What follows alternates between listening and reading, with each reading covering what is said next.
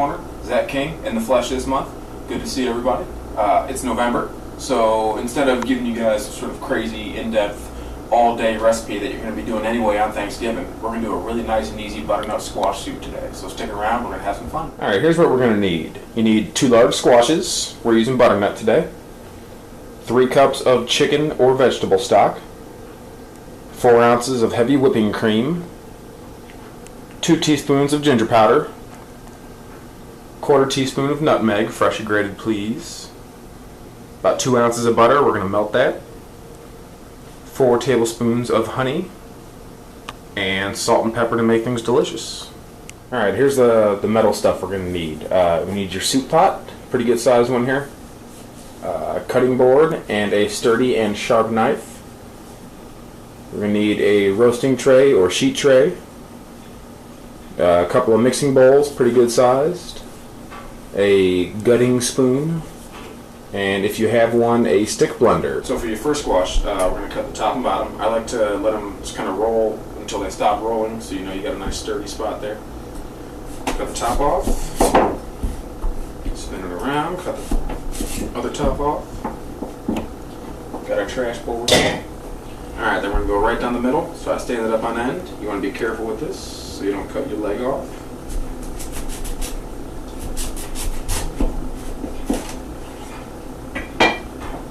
Two nice halves. Then take our spoon and just pull the guts out here and go right into your trash bowl.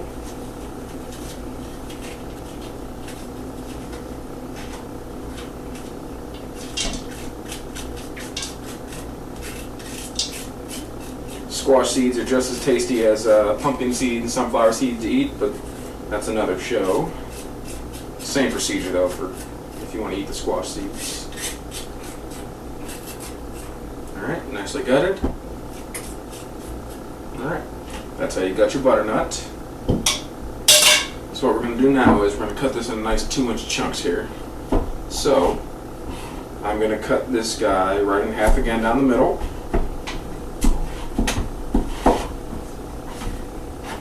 Alright, and then carefully again, in half down the middle again. You might need to come in at a little bit of an angle because it's kind of sitting up. Just like that, it'll fall apart when it's ready for you.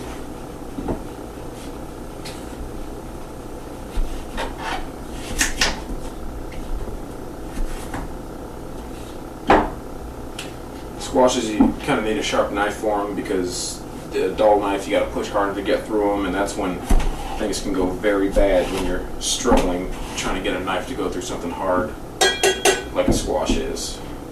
Alright. Now we have them all cut into sticks here, straight down.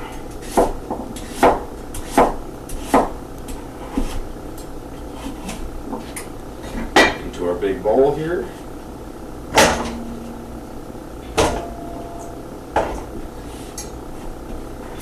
It's not so much the size of the cuts that's important right here, as long as they're all about the same size, so they all cook at about the same time.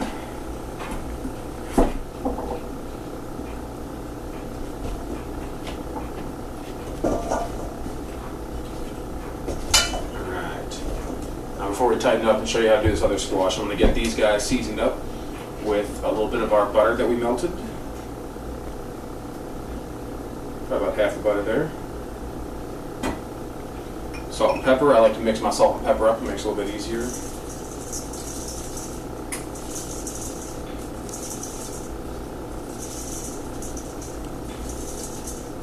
About that much. I don't really measure salt and pepper. It's the tasty thing. Give it a little spin around, toss around, move around. Break up some pieces that are sticking if they're sticking. Make sure everybody's got some butter, salt, and pepper. Like that, toss? Alright. On to our sheet tray. We'll get back in there. Alright. Now, as it turns out, my sheet tray is not big enough for all my squashes, so I'm going to do these in 2 rounds here. Alright, and into a 400 oven we go.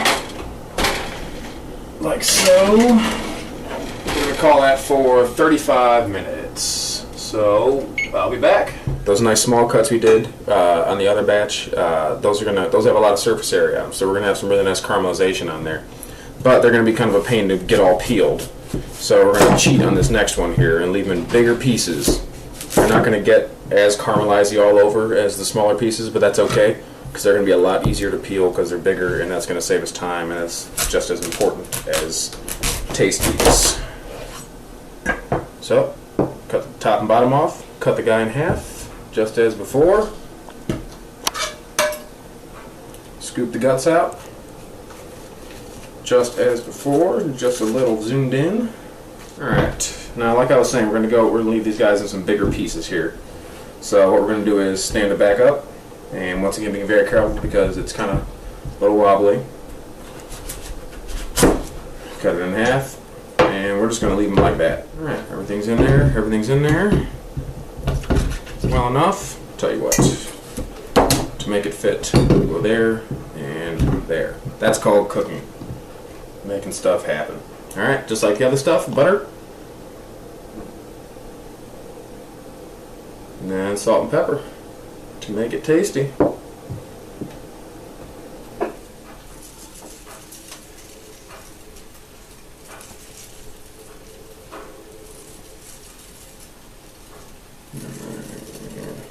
we go. Alright, and to the oven with their brothers. Alright, our timer went off, and we're going to get a check here. I'm going to pull our chunks out first because they went in first. And while I'm in here, I'm going to check our larger pieces. These may not be done yet. They sound good. I'm just going to poke them with a fork here. Yeah, they're still pretty firm there, so I'm going to shoot these back in while we're de-skinning the chunks here. So I'll put those in for another, another 20 minutes, and we'll check them then. The bigger pieces took a little bit longer than I expected. It took about an hour to go. So we're just going to call that, we're going to cook them until they're fork tender, because oven times vary. So what we're going to do here, get our piece, see the skin on there, we're going to take our knife and just kind of get under the skin there between the meat and the skin, and then we just kind of peel it away. A little bit's left on, so we can just come up from the other side and do the same thing in reverse, and just like that. This piece is kind of big and unruly, so we're going to cut this guy right down the middle. And then just like the smaller, actually we'll cut this again down in half like that. And then just like the smaller pieces, we're just going to use our tool here and get in between the skin and the meat. If you see what I'm doing here, I'm just kind of cutting down the side there to get it off. And you can just take it off.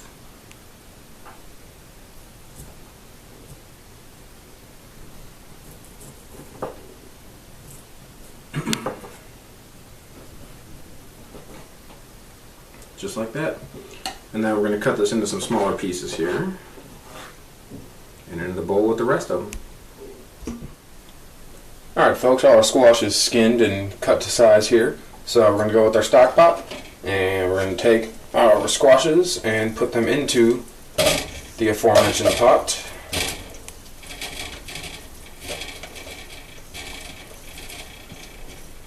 Make sure you get any bits of butter that maybe lingered in there, because, well, it's butter, and that's what you do with it. You keep it and eat it. Beautiful. Then we're going to hit it with our chicken stock or veggie stock if you prefer.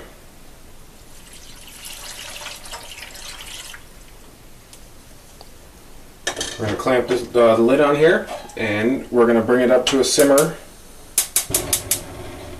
and let it go for about 15 minutes or so, and we will be back. Alright, so we've simmered for about 20 minutes now, and our squash looks about like that. So where, if you take your spatula, you can stab through any of the pieces.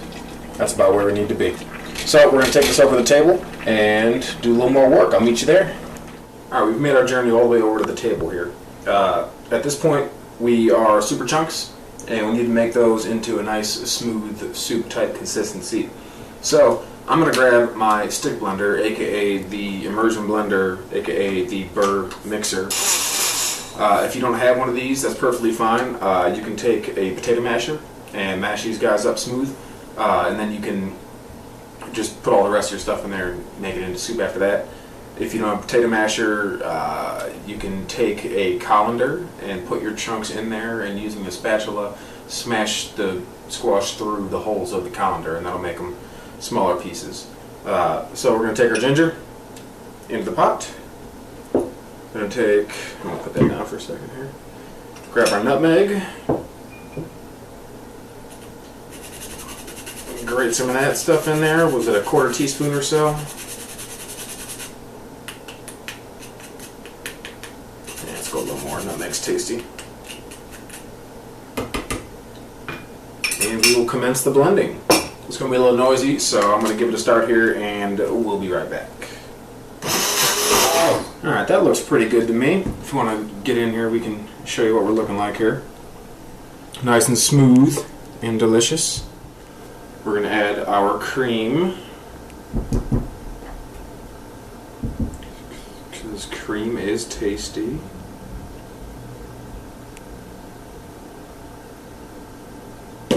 And our 4 tablespoons of honey.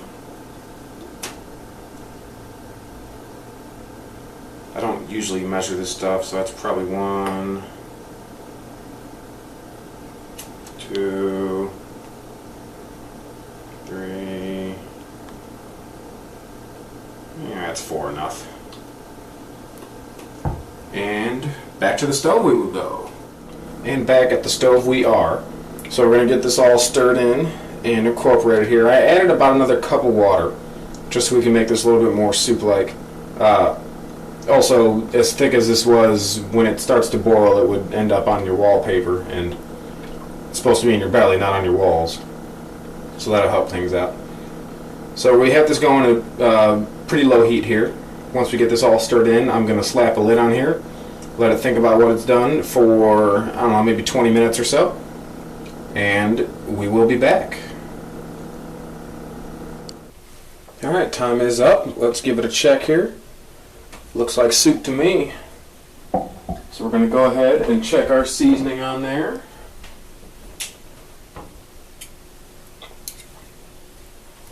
Alright, we'll go a little bit more honey.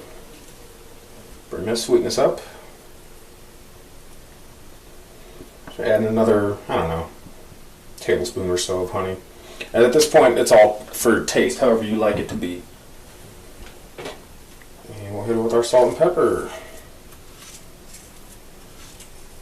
If you like a little more black pepper in here, that's fine. Squash likes pepper. There we go.